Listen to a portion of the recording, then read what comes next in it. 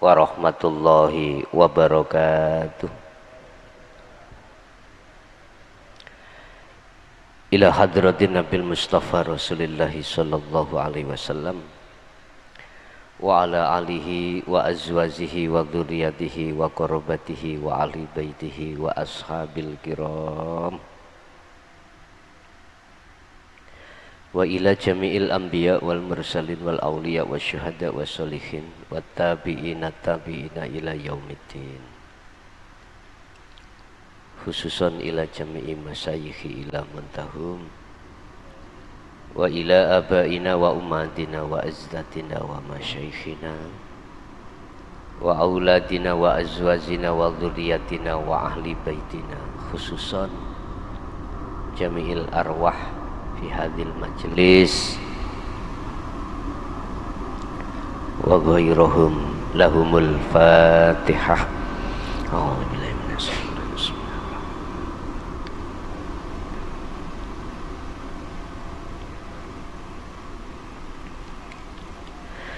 Bismillahirrahmanirrahim. Bismillahi tawakkaltu 'alallah.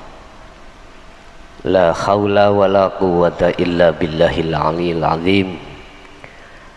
Asyhadu an la ilaha illallah wa asyhadu anna Muhammadan abduhu wa rasuluh. Allahumma salli wa sallim wa barik alaihi wa ala alihi wa ashabihi ajmain. Qala Allah ta'ala, Allahu waliyul ladzina amanu yukhrijuhum minadz zulumati ilan nur. Shadaqallahul adzim. Amma ba'd. Hadratul kiram, dumateng para kiai, para sesepuh, bini sepuh, jamaah ingkang hadir, jamaah yang hadir yang menunggu berjam-jam. Niki sampun rencana Allah. Sampun rencana Allah, sudah jadi rencana Allah. Mengapa ngajinya jam 10:30? Apabila ngajinya tadi jam 19, ya dengan gerebeken. Ya, grebekan kalih kosida. Dulu Bapak Ibu anggene kula diwejang bapa, diwejang dening para masayih iku dalu. Wis niki ketemu menawi gak wonten enten ngene saged mriki lah. Nek mboten cekap lho ya. Malam hari ini saya akan membahas surat Al-Baqarah 257. Termasuk judulnya gini. Jangan kau biarkan ruhmu tenggelam di dalam kegelapan.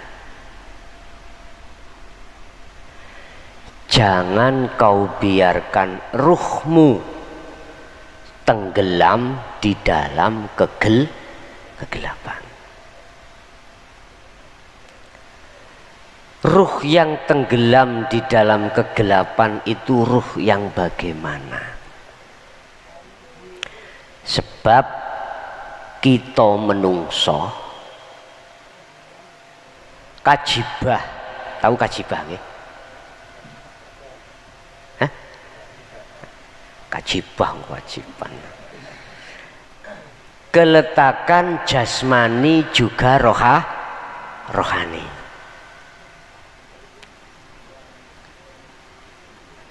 Yang kumaksud tadi bukan gelapnya jasmani, tapi gelapnya rohani. Sebab apa rohani kita itu tenggelam dalam kegelapan? Akhirnya ruhani kita itu tidak bisa menghadap pada Allah dengan benar. Wa zuyyina linnasi hubbus syahawah. Tatkala ruhaniyah kita, Bapak Ibu, manusia ini masuk di dalam zona akil balik, niki sing rawuh sing ngaji lak sedaya kan akil balik punan nggih, bukan kanak-kanak tapi sudah kawak. Jadi bukan taman kanak-kanak tapi taman kawak-kawak. Saat itu ruhaniyah kita ditipu oleh nafsu dalam diri kita, yaitu nafsu nafsiyah dan amarah di dalam sifat basariyah.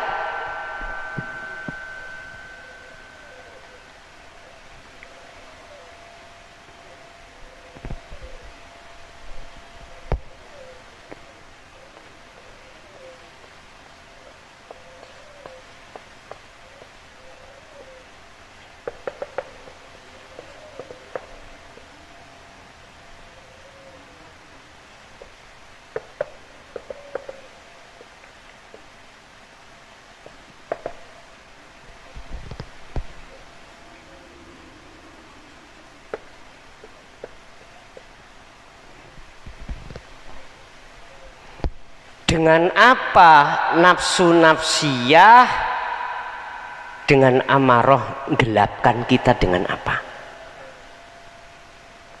Dengan namanya hubbus syahawah. Apa hubbus syahawah itu? Niki waktu sampai longgar mboten? S2. Yes. Masalahnya saya ini nanti los ya. Itu omah pokoknya subuh gak apa-apa. Masalahnya paginya langsung kerja. Bon. Ketika Allah meletakkan ruh di dalam jasad masing-masing, sudah mencapai wilayah akil balik, nafsu itu gelunuk-gelunuk melebu. Tahu gelunuk-gelunuk nggih? Apa bahasa Indonesia ini gelunuk-gelunuk?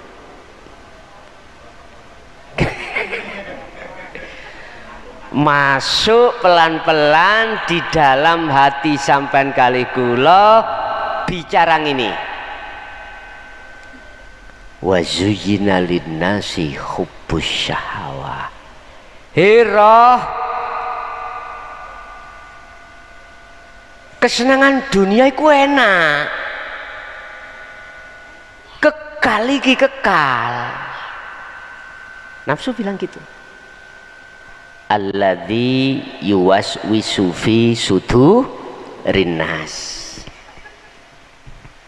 Nafsu itu membisiki, berkata di dalam dada kita, maksudnya adalah ruh.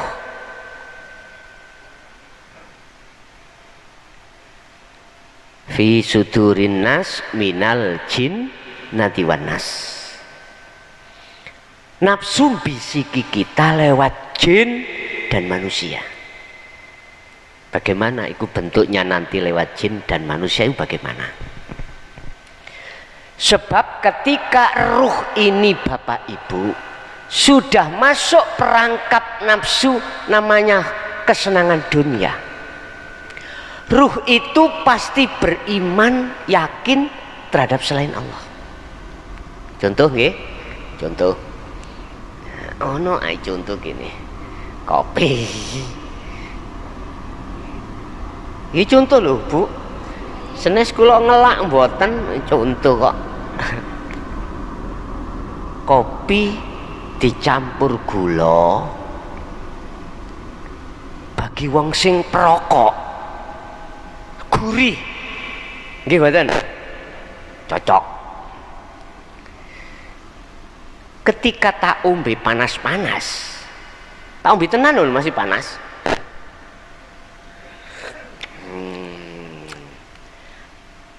roh iku nafsiku ngomong. Muncule panas gurih iku teko kopi. Roh yakino panase gurihe legi pahite jenenge gurih iku muncule dari kopi. Akhirnya roh kita meyakini panasnya gurihnya itu tidak dari Allah,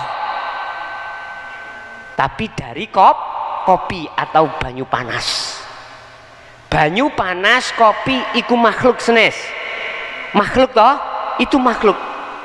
Kita dipaksa untuk beriman munculnya gurih dari kopi, munculnya panas dari air. Ruh gak mungkin kak, tidak bisa ruh itu mengatakan dari Allah, gak bisa. Ini kalau roh tenggelam di dalam kegelapan. Jadi roh ini tidak bisa tembus sambung terhadap urip hidup zat Allah di kopi atau di air, nggak bisa. Padahal di dalam surat Al-Hadid ayat 3 Allah katakan huwal awwalu wal akhiru wadh-dhahiru wal batinu. Allah iku yo ning jerone kopi, jerone banyu, jerone awakmu, njabane awakmu. Dise Allah iku tadi waktu di hadapan saya ada meja, ketika ada meja di hadapanku ini mesti ada meja, ada kolong meja.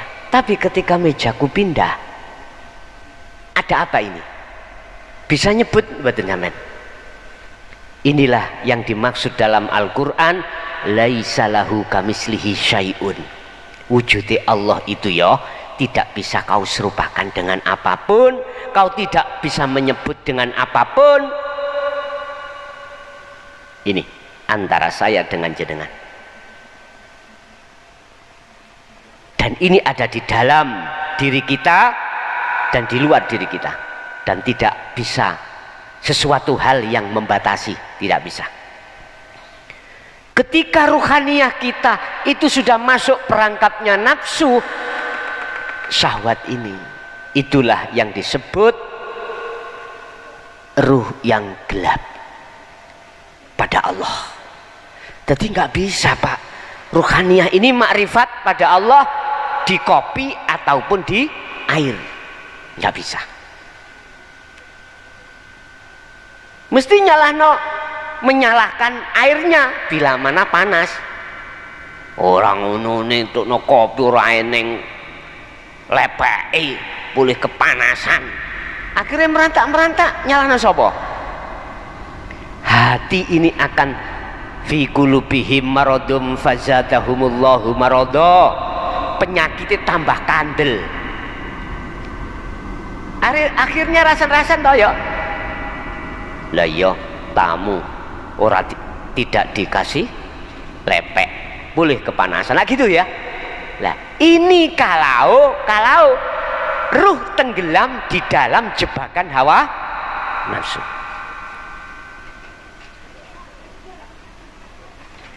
Innalladzina kafaru auliya ahumut taghut. Ini golongan ruhaniyah saya itu golongan innalladzina kafaru, yaitu golongan yang ngingkari, nggak mau nerima ajaran Rasulullah di jalur dinul haq, yaitu ajaran sangkan paraning dumati, nggak mau. Ajaran innalillahi wa inna ilaihi rajiun nggak mau. Ajaran tauhid tidak mau. Sesungguhnya orang-orang yang menolak ajaran tersebut awliya'ahumut taghut. Mereka itu menjadikan togut itu sebagai penolong. Apa togut? Gini iki. Maknane nggih secara lugat berhala. Secara istilah kesenangan duniawiyah yang sudah masuk di dalam hati.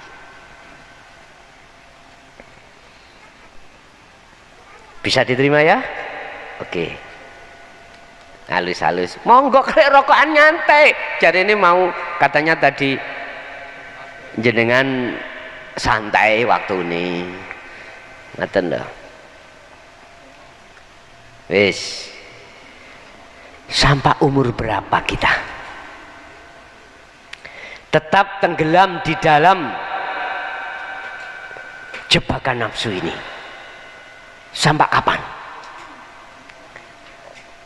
Allah sampun dawuh dalam satu ayat, kalau ana dewi nggo surate.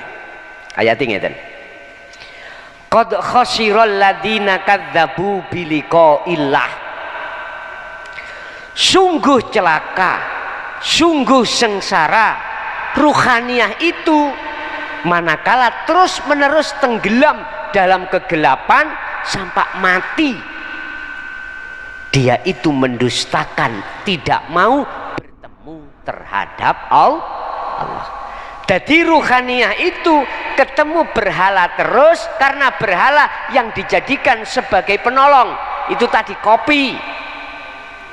Akhirnya jatuhnya imannya ruh itu terhadap selain Allah. Yaitu makhluk disebut tohut, berhala. Cara ini tadi kopi atau air. Aku yakin panasnya sebabnya air. Aku yakin gurihnya sebabnya kopi. Sungguh celaka, sengsaralah bagi orang-orang yang tidak mau bertemu Allah ruhaniyahnya, tapi tiap hari, tiap saat, tiap waktu bertemu selain Allah. Makanya jangan heran ketika dulu jenengan belum menerima ajaran iki, sholat sak sholat iku seperti rubuh gedang. Tahu rubuh gedang? Bahasa Indonesia rubuh gedang itu apa?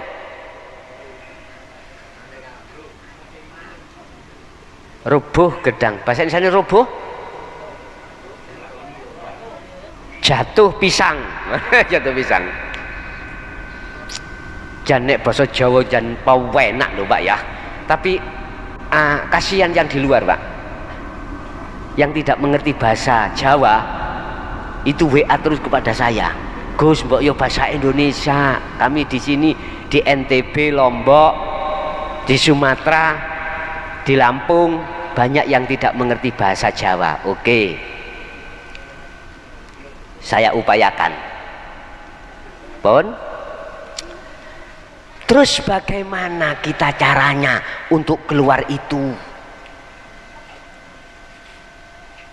Ini nanti yang akan menjadi pelajaran inti kita. Sebab orang-orang yang kegolong orang yang sengsara itu ketika akil balik sampai mati dia tetap tidak mau bertemu Allah. Hatta idza ja'athumus sa'atu baghtatan. Dia sadarnya nanti kalau pertemuan terhadap Allah itu sangatlah penting dan kebutuhan yang kekal tatkala mau meninggal. Orang Jawa mengatakan naza, sakaratul maut. Hatta idza ja'athumus sa'ah baghtatan.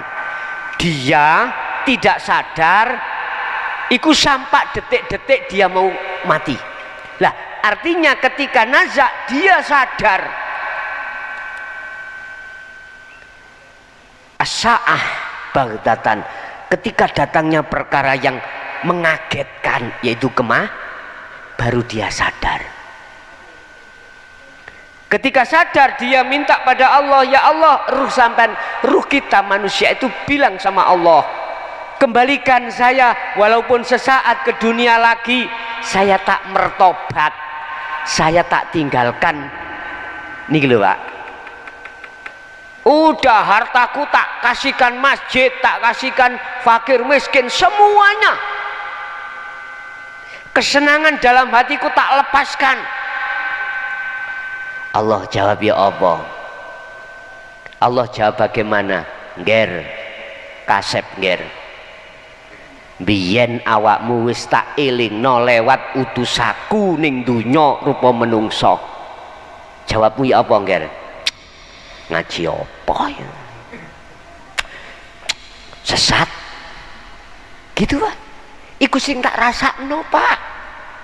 Ketika kami berdakwah menyerukan tentang iman yang benar, untuk kembali wad'u ila rabbik, roh dan lekas kembali pada Allah, jawabannya apa? 99,9%, Cak.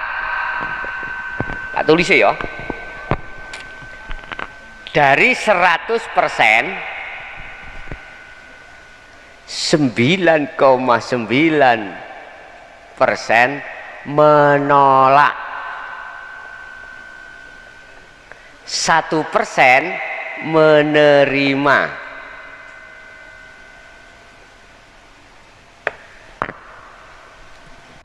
Kata pundi Pak? Wis sampeyan hitung dhewe sak RT iku wong pira? Wa minhum man hadanallah. Titik Pak, hanya 1% yang mau menerima. Wa minhum man haqqat minadh dhalalah. Yang 99,9% bersikukuh ruhaniyahnya itu bersukaria dengan kesenangan dunia. Sebab mereka itu beranggapan, berkeyakinan gini Pak, aku seneng nek dunyaku akeh, aku bahagia, punya istri, punya anak, harta benda, minan nisa wal banin wal qanatiril muqantharah, mewah. Mereka bersukaria hatinya. Loh, bukan perkaranya itu tidak boleh. Kita sebagai manusia di dunia ini Bapak Ibu wajib kerja. Kita sebagai seorang laki-laki, ar-rijalu qawwamuna 'alan nisa, wajib bertanggung jawab atas kelangsungan kebutuhan duniawiyah pada keluarga. Tetap kerja, sandang pangan papan, udah carilah sesuai dengan kemampuanmu.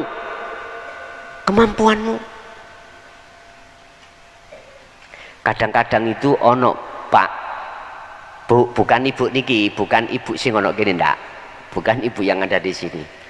Kemampuannya bapak iku dalam satu hari kerjanya 150, dituntut 500. Berhubung istrinya itu bidadari sak kampung, maneman Pak, oke, digolek-golek no, wis entah apapun itu bentuknya, entah halal entah haram, yang penting satu hari 500. Nggih ngeten iki, suami cepet bongko ngeten iki, ditekan terus penghasilan oleh seorang istri. Cuman istri mriki mboten apian. Termasuk salah satu mar'atun sholihah, istri yang sholihah itu adalah tidak menuntut di atas kemampuan suami dalam hal mencari nafkah. Nggih, 1 bulan dikasih 1 juta, alhamdulillah Bu. Nggih, wis pokoknya sampean olah duit 1 juta sekiranya cukup datang keluarga 1 bulan. Bulan depan gak tambah kurang, gak tambah tambah lebih, enggak tambahku kurang. Berapa? 700. Alhamdulillah. Ibu wis ya sedaya ya karena Allah, tak terima. Bulan depan tidak tambah banyak, malah tambahku kurang. 300 satu sebagai istri bingung Pak, piye ngature? Wis gampang. Dulu kita bisa beli makan ikan tahu tempe, sekarang 300 diumetkan, bagaimana cukup satu bulan? Mudah, belikan aja uyah. Loh, nggak apa-apa Pak, nggak apa-apa. Berhubung ayah sudah ngaji dinul haq, nerima ajaran Rasulullah ini, bilang gini, Dek, apapun sangka Allah. Iya Mas, ya pun ayo diterima. Balah mati kaliren, kula yakin boten. Ingat, wa may yattaqillaha yaj'al lahu makhrajan wa yarzuqhu min haitsu la yahtasib. Walaupun panjenengan ini punya hutang yang menurut akal nggak bisa nyaur, ya mohon maaf, walaupun jenengan hanya uang 300,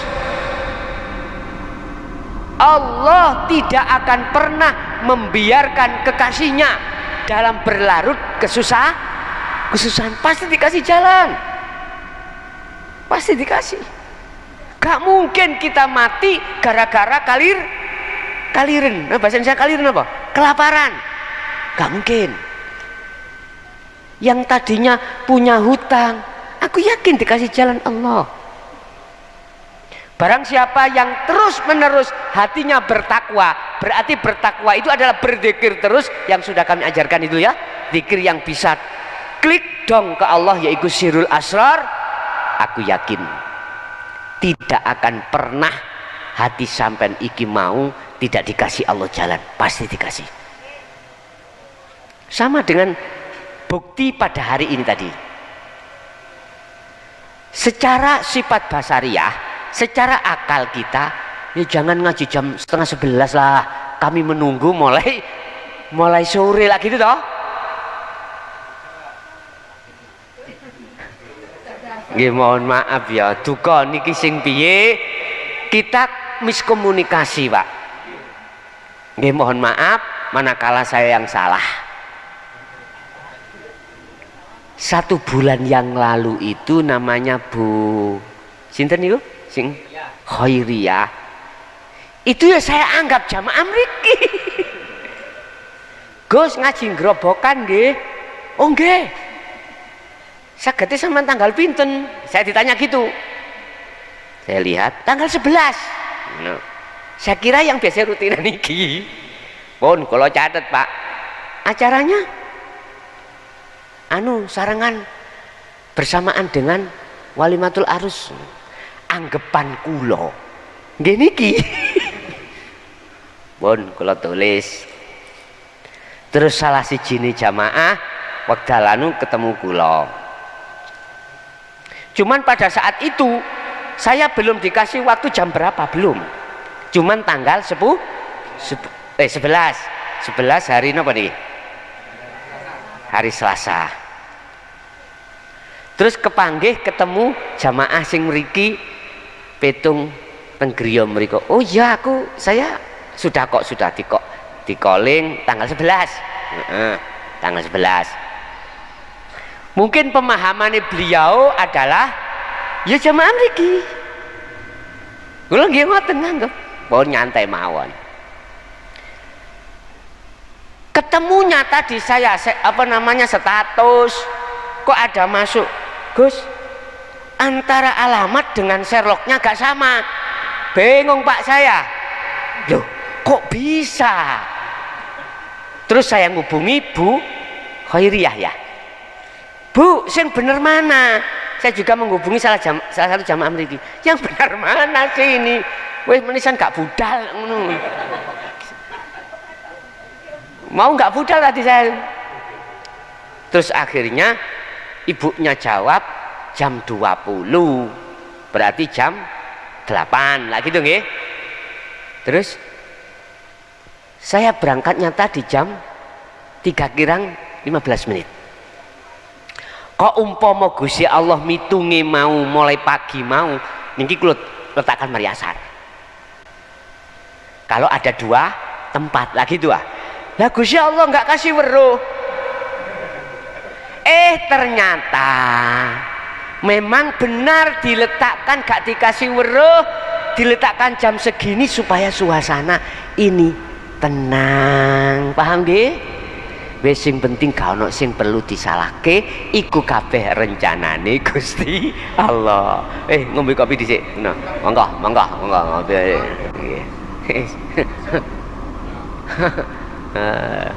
Pun wis kembali ke materi. Kita satu di antara yang lain gak sama pak umurnya, ya. Ada yang 30, 40, 50, bahkan 60. Mbak pinten bahasanya? 81. Loh. Kita yang masih 40, 50 belum tentu nanti sampai 80.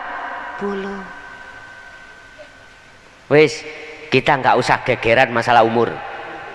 Yang penting kita sudah wa minhum man hadanallah, masuk pada golongan yang dapat hidayah dan menerima petunjuk Allah untuk kembali ke Allah.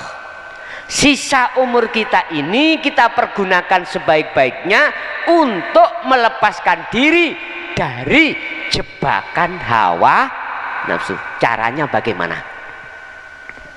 Guys, caranya bagaimana? Pun simple. Allah katakan dalam satu ayat, Allahu waliyul ladzina amanu yukhrijuhum minadh-dhulumati ilan nur.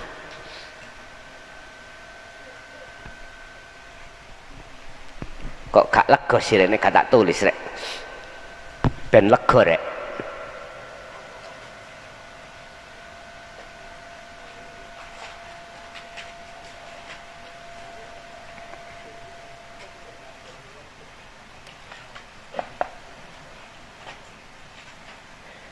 Ini ya,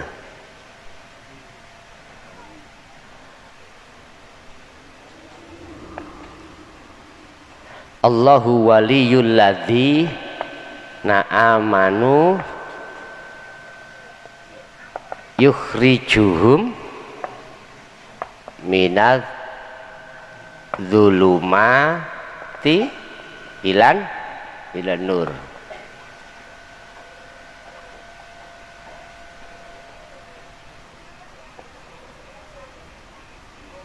Ngaten mau nih Pak ya.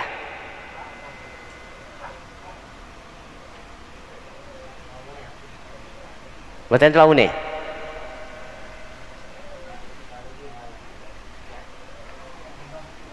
Ya bengkong. Ngeten. Saya cobi sampean buka surat Al-Baqarah 257.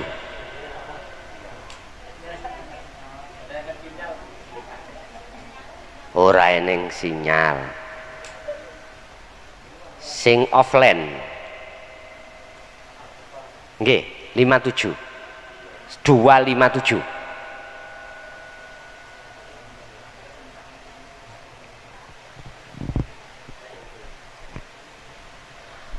Manu iki alif iki.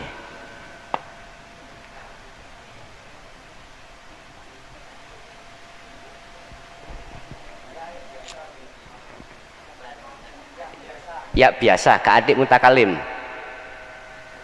Gini ya. Gini.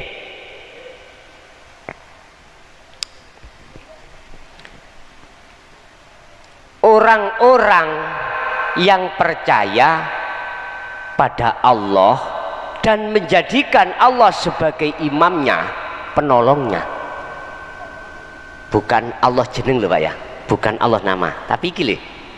Nggih? Paham nggih? Hidup ini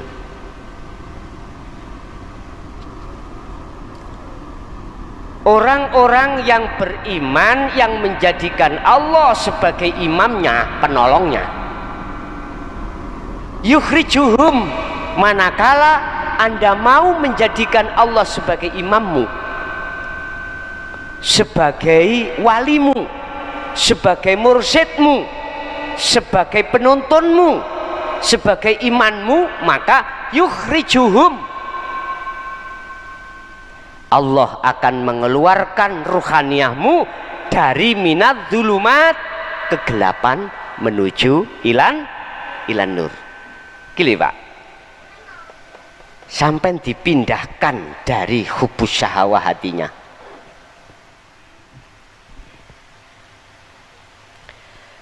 Artinya hati ini ditarik Allah di dalam kopi tadi, dalamnya kopi. Ruhaniyah sampean ini iku bertemu Allah. Wajah ruh sampean lewat rasa, iku wajah. Wajahnya ruh adalah iman atau rasa. Itu bisa sambung terhadap hidup yang meliputi kopi dan air. Paham nggih? Sehingga hati Anda itu terasa nyaman, terasa indah, terasa tenang. Itu cara ngeklik nih. Makanya mengapa saya katakan dzikir sirul asrar di poin su'aul basiro. Apa su'aul basiro? Menghadapkan, menyambungkan, melihat, menyaksikan sesungguhnya yang menjadikan panas atau gurih itu bukan air, bukan kopi, tetapi hidup. Akhirnya hatimu beriman. Itu namanya yukhrijuhum minadz-dzulumati ilan nur. Anda ditarik Allah, dikeluarkan dari kegelapan menuju terang benderang terhadap Allah. Berarti siapapun Anda yang mendawamkan atau yang melakukan dzikir sirul asrar, maka Allah meletakkan cahaya makrifat dalam hati seseorang. Dengan cahaya itulah maka seketika gelap ini langsung hilang. Coba iki dipateni lampu nih yang ada gelap. Kalau gelap kita tidak bisa melihat apa yang ada di depan kita. Tatkala dipetek lampunya nyala, seketika kegelapan hilang. Itu iki simple Pak. Cuman sebelum kita itu memahami sirul asrar, ada sejarah sampean. Wis kata critakno kesawen. Pertama ngoten nah. Yang ngono tak rokokan dhisik aku. Pun sampun. Bu, sampean mboten ngantuk Alhamdulillah, Bun. Pertama, prosesnya Anda harus punya guru akhirat. Bukan mursyid thariqah, bukan. Guru akhirat itu. Guru akhirat iku guru sing nuntun roh sampean, hati Anda tentang ilmu sangkan paraning dumati. Guru yang mewejang mendidik khusus ruhaniyah tentang ilmu kaweruh, tentang ilmu tauhid. Pertanyaan, apakah Rasulullah dulu begitu? Sekarang kok kebanyakan para alim ulama kok tidak? Kalau Rasulullah tidak, berarti kau bikin masalah. Bikin acara bid'ah. Wis, rungokno kupingmu. Ya. Buka ening Quran. Kalau bertanya apakah Rasulullah dulu itu menyampaikan tentang ajaran sangkan paraning dumadi apa gak? Ajaran ruhaniyah untuk kembali pada Allah pun ndak. Bukaan Quran surat apa? Huwallazi arsala rasulahu bil huda wa dinil haq. Ger, surat apa itu? Al-A'raf. Anak sing hafidah ada. Walladzi arsala rasulahu. Surat apa? Ngunai nang ngene Google. Tes langsung keluar.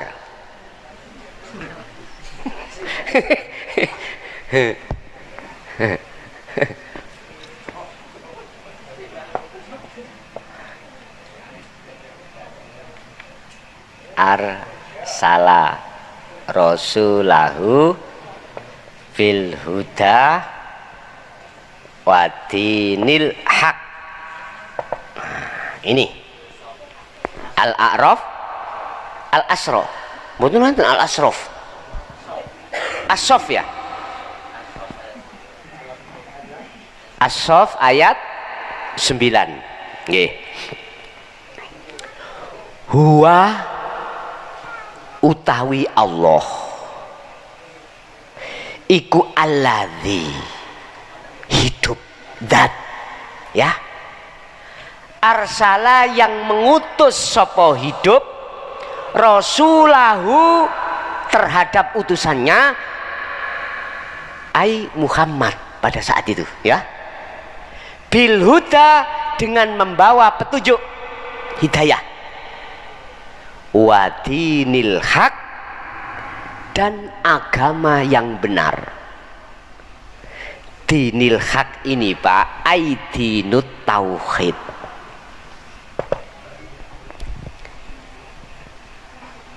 Inilah agama sing tuwek.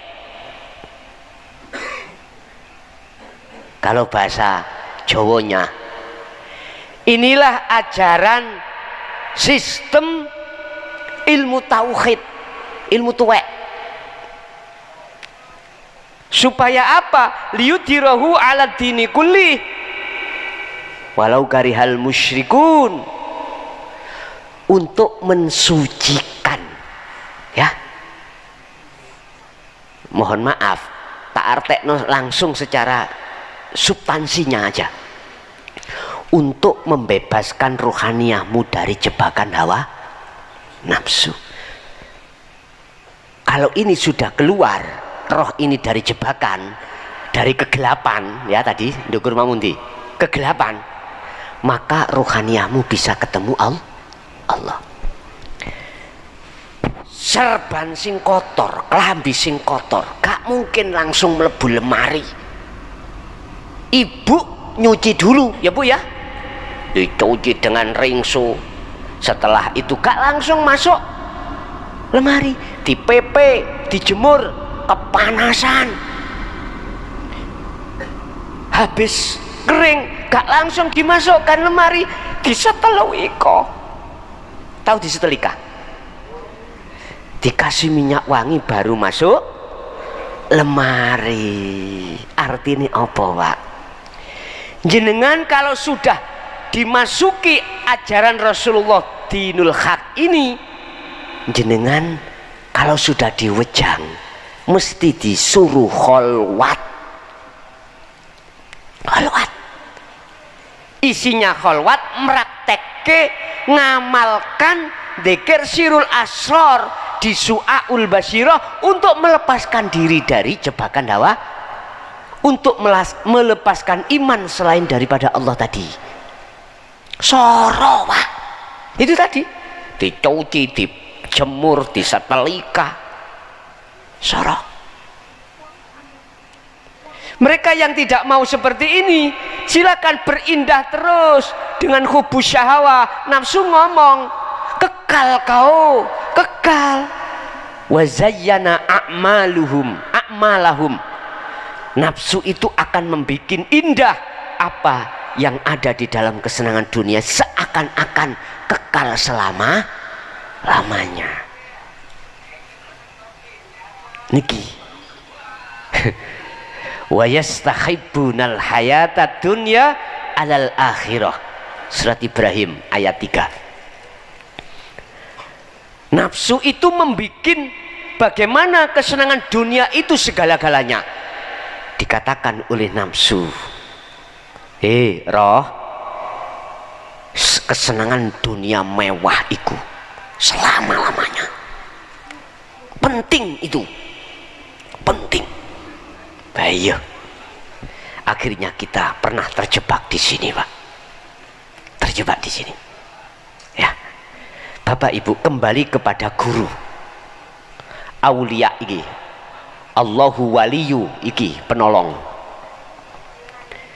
Secara makhluk kita harus punya guru akhirat, yaitu guru yang mendidik sistem atau intinya ilmu tauhid untuk ruhaniyah kita meninggalkan, keluar dari jebakan hawa nafsu. Setelah guru itu tadi kasih wejangan ngelmu dan akhirnya disuruh kholwat, maka jenengan inilah yang dikatakan oleh Allah sebagai proses perjalanan suluk nuju wusul dateng Gusti Allah. Yang jenengan ini ruhaniyah disebut fisabilillah, berjalan di atas jalan Allah. Ya sampean ruhaniyah inilah yang suluk berdasarkan dinul haq ini yang disebut memerangi hawa nafsu. Niku prosesnya, Pak. Secara satu sisi guru sing kula maksud manakala sampean bicara manusia, makhluk manusia, yaiku guru akhirat. Sinten kemawon sing didik hati Anda, siapapun yang didik hati Anda tentang ilmu ini. Berapa puluh, berapa ratus tahun, Pak, ini ditinggalkan oleh umat Islam. Mulai saat khalifah, setelah Sayyidina Ali tidak ada, dibunuh, Hasan Husain dibunuh. Sejak itulah peradaban ruhaniyah menungso manusia itu diajak ke sini.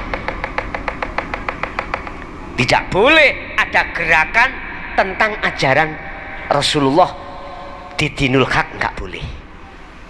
Apabila ada, disikat langsung, Pak. Dulu berhubung nggak ada hukum secara undang-undang KUHP, bunuh orangnya. Terjadi al-halat, terjadi sesiti jenar. Menguapkan kebenaran di dalam ruhaniyah ajaran Rasulullah, langsung dibunuh. Ana al-haq la fi jubati illallah. Gara-gara al-halat iku dawuh, aku adalah Allah. Tidak ada di dalam sarungku iki kecuali Allah. Itulah surat Toha ayat 14. Innani anallah la ilaha illa ana. Lah orang yang di luar ngelmunya belum sampai di situ, belum menerima ajaran ini, kowah-kowoh, Pak. Tahu kowah-kowoh?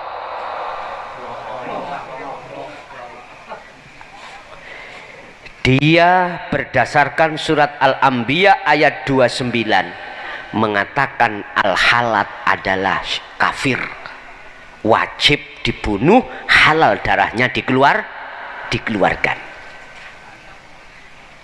Al-Anbiya ayat 29 kalau nggak salah di situ. Siapa yang berani mengatakan aku Allah, maka dia kehukuman, terhukumi kafir. Wis. Padahal dia mengatakan aku ana al-haq, al-halatnya makhluknya sudah tidak ada, Pak, dalam diri al-halat. Nafsunya sudah nggak ada. Keakuan diri makhluk tidak ada. Nggak ada. Itu namanya fana. Kalau sudah ini hilang, maka muncul dengan sendirinya kebenaran di dalam rohaninya, akunya Allah. Berhubung orang lain melihat makhluknya al-khalat, akhirnya menuduh yang ngomong itu al-khalat. Padahal al-khalat sudah tidak ada dalam diri al-khalat. Itu namanya tajalli. Loh, diajarkan Rasulullah, diajarkan. Kalau nggak percaya, buka di dalam surah Al-Anbiya 25 tentang ana. Wa ma arsalna min qablika mir rasulin illa nuhi ilaihi annahu la ilaha illa ana.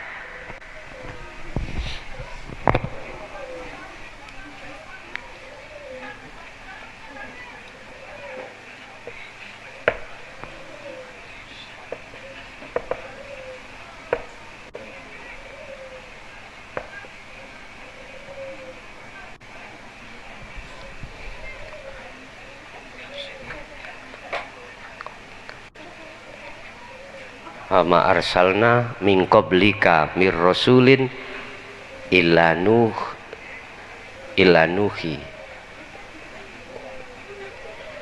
ilaihi annahu la ilaha illa ana fa'budun. Pun wa ma arsalna, iki Allah yang dawuh, saya tidak pernah mengutus, iki dawuh nang Kanjeng Nabi langsung, saya tidak pernah mengutus min qablika, sebelum awakmu Muhammad, mir rasulin, dari seorang rasul. Berarti sebelum Rasulullah siapa? Nabi Isa dan ke atas nggih. Pun illa nuhi, kecuali harus menerima wahyu inti. Niki wahyu inti, Pak. Inilah nanti munculnya dzikir fana'u dzikri. Ilaihi annahu, berupa mana? La ilaha illa ana. Iki berupa ini inti wahyu. Artinya tidak ada Tuhan kecuali aku. Bahasa syariate Allah, ya, tidak ada Tuhan kecuali aku. Iki mentok, Pak. Jadi di dalam rohania al-khalat, iku akunya Allah yang muncul, bukan akunya al-khalat. Karena al-khalat sudah tiada, sudah fana. Lah, untuk mencapai wilayah itu, Pak, jenengan harus mendawamkan dzikir sirul asrar, bos. Asrar. Dzikir tanpa ngucap, di dalam dzikir itu ada 3 poin, ada 3 pintu: su'aul basyirah, wa ainul basyirah, wa hakul basyirah. Merasakan, mengimani, terus bertemu terhadap urip, kemudian menyatakan, wujudnya menyatakan la ilaha illa ana ini. Fana'u dzikri akhirnya. Ini tidak bisa direkayasa loh, Pak Bu, ya. Munculnya anak Allah tidak bisa direkayasa.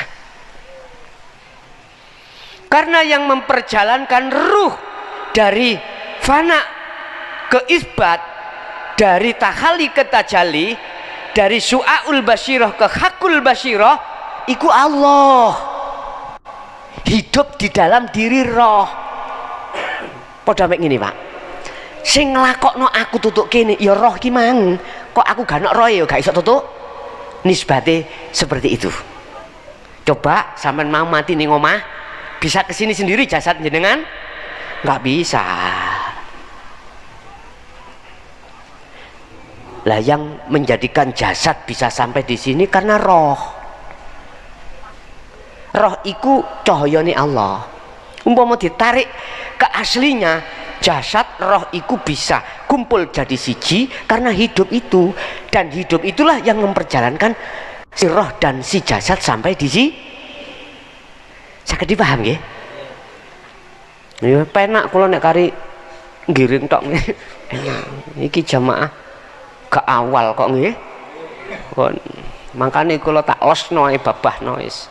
Kecuali tadi Pak, tadi habis isak tadi kan saya ngaji jamaah campur Pak ya, nggak boleh nunggu tahapan dulu, tahapan istilah gini Pak, saya masak sate ipik sing kono ngrungokno, sing kono ambu gurih sate undi iki biar digoleki ngoten lho. Kadang-kadang orang bau satenya tok aku darah tinggi ngwali. Bukan satenya yang salah, tapi dirimu ada penyakit darah ilang ono iku dhisik. Wong sate ku enak ya Pak. Loh. Kadang-kadang itu Pak pas apa namanya punya riwayat tekanan darah tinggi. Ibu nggak boleh ketok sate di joget bapakmu. Lah ngoten Bu nggih. Ben demi kebaikan Pak ben gak naik tekanan darah tinggi. Bu Pak kok ya pas sate ditamplek ojo iki. Kan prasmanan nak ngono ya. Ono sate ono. Ambek ibuke ditampel. Iku iwak teri ae. Terus-terusan Bu sakno Pak iki mati kaku sesuk kok wis tak gak apa-apa pisan-pisan pokoknya gak ukeh lah 20 sonduk dihabiskan sendiri ya salahmu dewe kalau satu nih nggak apa-apa ya nggak apa-apa lah iku ngarakno kurang itu persoalannya Bon kembali. Saya tidak akan pernah mengutus utusan sebelum Muhammad namanya Rasul itu kecuali harus membawa mengajarkan tentang wahyu yang inti. Mana inti? La ilaha illa ana. Iki Pak Muhammad terangno tentang la ilaha illa ana. Loh ini lho Pak jelasnya gitu. Mulai sejak khalifah sampai kalau boleh saya katakan 2014 disingit no. Siapa yang berani membahas ini di kafir no Pak, disesat no. Tadi saya menjawab pertanyaan dari orang-orang yang belum tidak suka saya membahas ini kemarin Pak ya. Mana buktinya kalau Rasulullah pernah mengajarkan? Saya tanggapi dengan dingin Pak. Coba pelajari surat Al-Anbiya ayat 25. Kalau Rasulullah tidak pernah diperintahkan untuk mendidik umatnya pada saat itu tentang la ilaha illa ana, gak mungkin ini akan muncul, gak mungkin. Entah habis itu dari komentar tanggulah kula niku ngeten Pak, tak elingno pisan ping pindho ping telu gak kenek pun kula blokir ngono wis nggih. Lah karuan saya ingatkan terus bisa diterima enggak Pak, didebat Pak ya enggak apa-apa, tak terima, tetapi semuanya itu nanti ada waktunya ya dah, ada waktunya. Saya memblokir itu kalau sudah keterlaluan Pak, keterlaluan blokir wis, daripada apa namanya ada penyakit di tengah-tengah tubuh harus dikeluarkan, dioperasi gitu loh, dioperasi. Bon, bukti yang kedua fa'budun ini kata perintah Pak, perintah terhadap Muhammad untuk hanya menyembah Sang Yang Tunggal. Paham ya? Urusan fisik itu apapun, apakah fisikmu berdiri sholat rukuk sujud lungguh Apakah fisikmu itu macul, jualan, apalagi makan, bahkan beol, tetap hatimu harus menyembah terhadap Sang Yang Tunggal. Disebut menyembah terhadap Sang Yang Tunggal. Klik Pak, ning ati sampean klik. Semua itu karena hidup ini aku bisa beol. Jadi sambung dengan sendirinya. Itulah namanya menyembah. Innallaha huwa rabbi wa rabbukum fa'budu hadza siratum mustaqim. Surat Maryam ayat 36.